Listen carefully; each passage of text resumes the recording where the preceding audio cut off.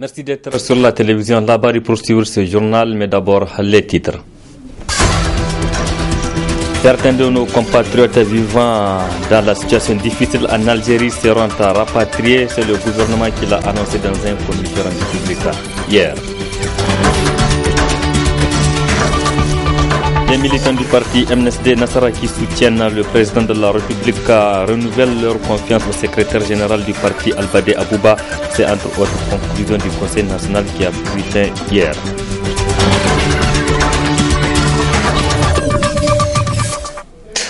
Vendredi 28 novembre 2014, mesdames, messieurs, bonsoir et bienvenue à tous.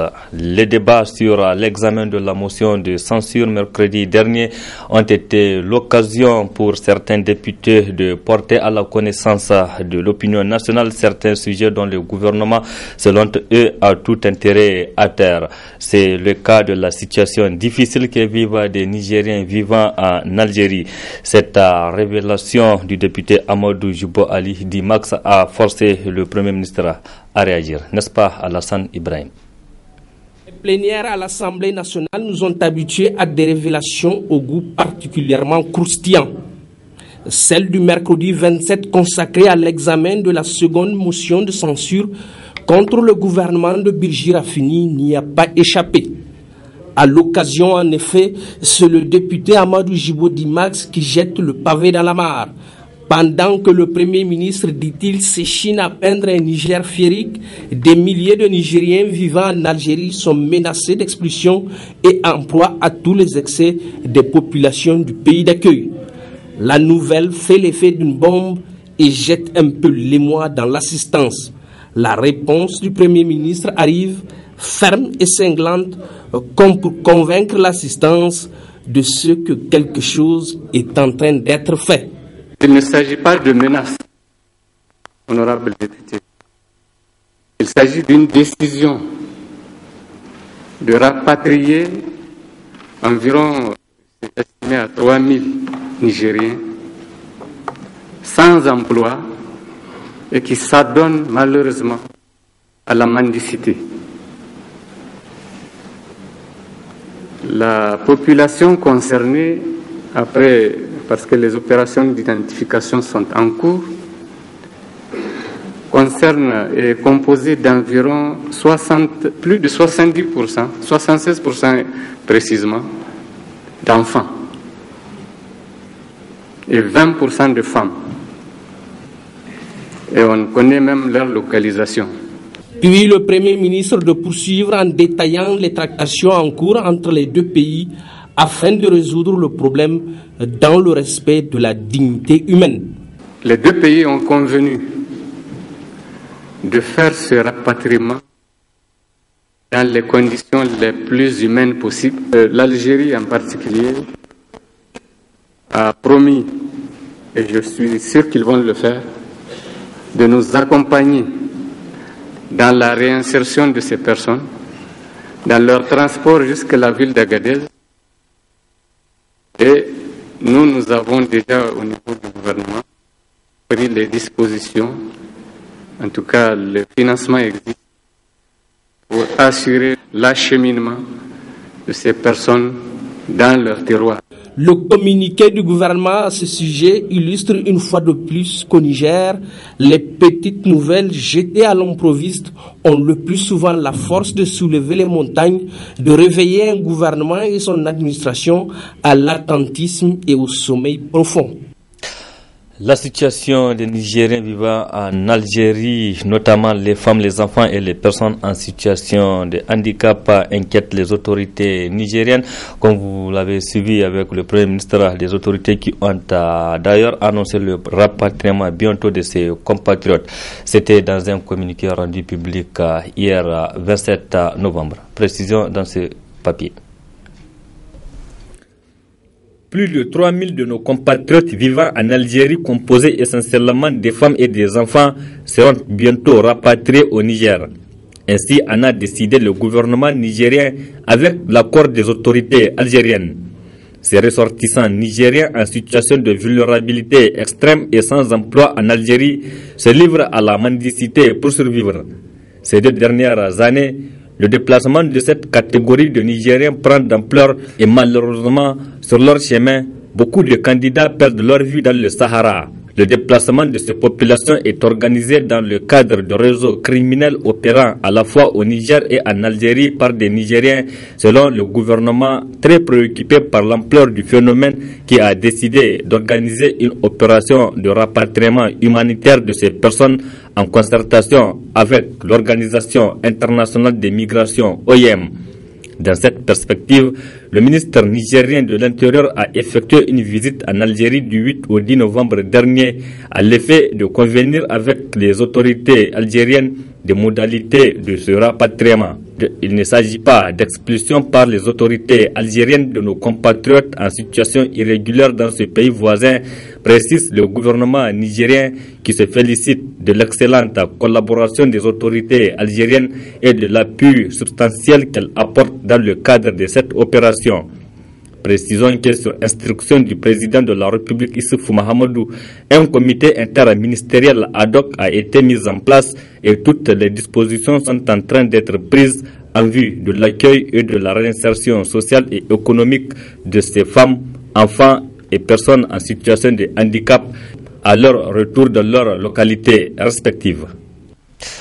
Sur le plan politique, les participants aux assises du Conseil national du MNSD Nassara, convoqués par le secrétaire général de ce parti, Albade Abouba.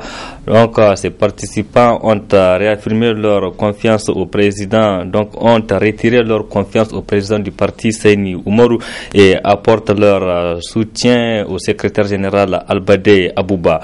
C'est entre autres décisions du Conseil national qui a pris fin hier à Niamey. Le retour sur cette cérémonie avec Suleiman Barma et Sadou Doumi. La session extraordinaire du Conseil national du MNSD Nassara s'est achevée sur une note de satisfaction au vu de la qualité des travaux selon les organisateurs. Entre autres, d'importantes décisions ont sanctionné la rencontre. Considérant l'irrégularité des décisions d'exclusion et ou de suspension prises à l'endroit de certains militants du parti, considérant la nécessité de garantir le fonctionnement normal, cohérent, efficace et régulier des structures et organes du parti à tous les niveaux. 1. Décide que toutes les mesures d'exclusion et ou de suspension prises par le Bureau politique national du MNSD Nassara depuis le 1er janvier 2014 à l'encontre de certains militants du parti sont nulles et de nul effet. Propose au Congrès d'en prendre acte. Considérant l'incapacité notoire de M. Seyni Oumarou à gérer le parti, notamment la léthargie dans laquelle il a plongé le parti depuis son élection. Considérant le comportement de M. Seyni Oumarou, président du parti, suite à la décision à l'unanimité du Bureau politique national en date du 25 juillet 2013, validée par les militants à la base, décide de retirer la confiance à M. Seyni Oumarou pour incapacité notoire, trahison des idéaux du parti et violation répétitive des textes fondamentaux du parti. Donne mandat au secrétaire général du parti, M. Albade Abouba, pour organiser et conduire les travaux du 8e congrès ordinaire. Demande au congrès d'en prendre acte.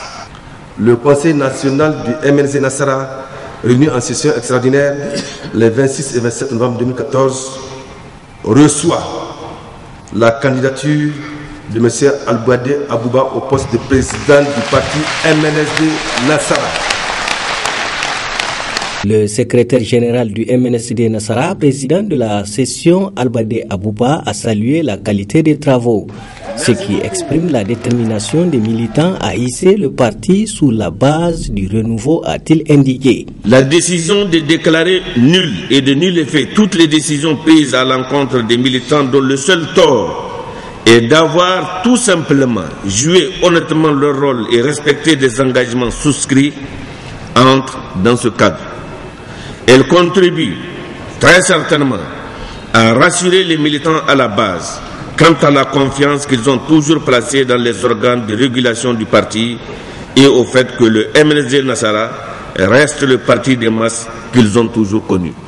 C'est du reste la plus belle démonstration de la capacité du parti à garantir un fonctionnement régulier de ses structures. La session du Conseil national du MNSD réaffirme toutes ses reconnaissances au président d'honneur du parti, l'ancien président de la République, Tanja Mamadou. La coordination communale moderne Infalumana du 1er arrondissement de Niamey était en conférence cet après-midi au siège de la dite coordination. Il s'est agi pour les militants du parti Lumana du 1er arrondissement de mettre en place leur nouveau bureau. Précision avec Adam Soumana et Aboubakar Souley.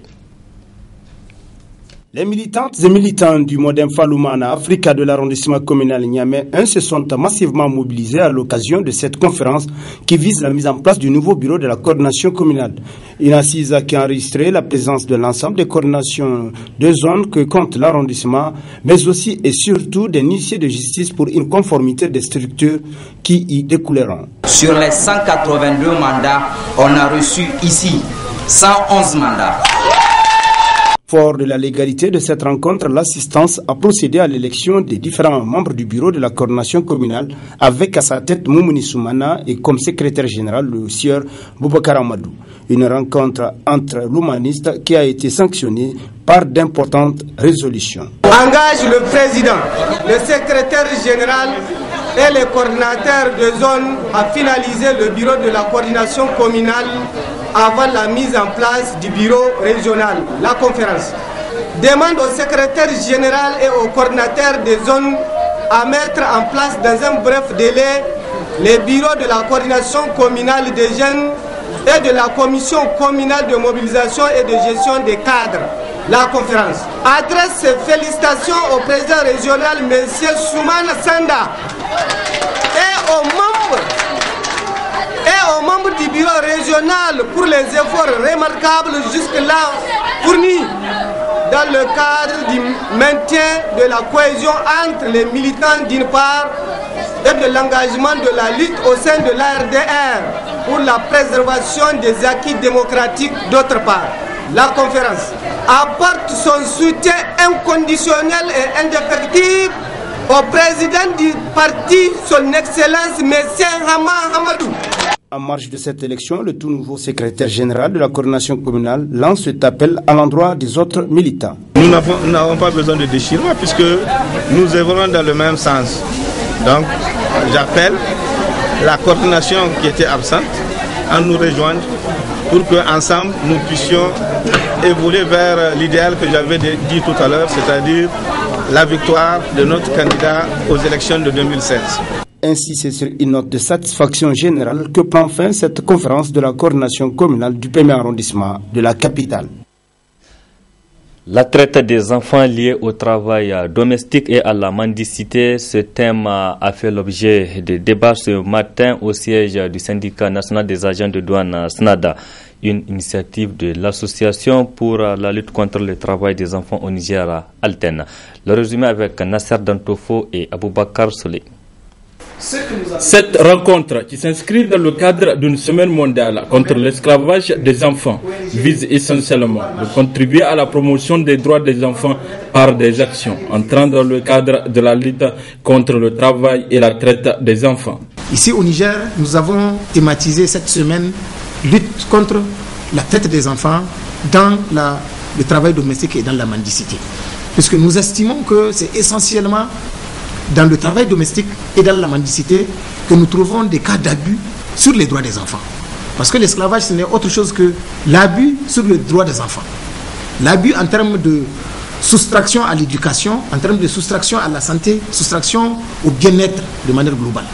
Donc avec les acteurs là, nous allons échanger sur quelles perspectives nous allons dégager pour la collaboration future et voir également comment nous allons envisager la semaine de l'année prochaine.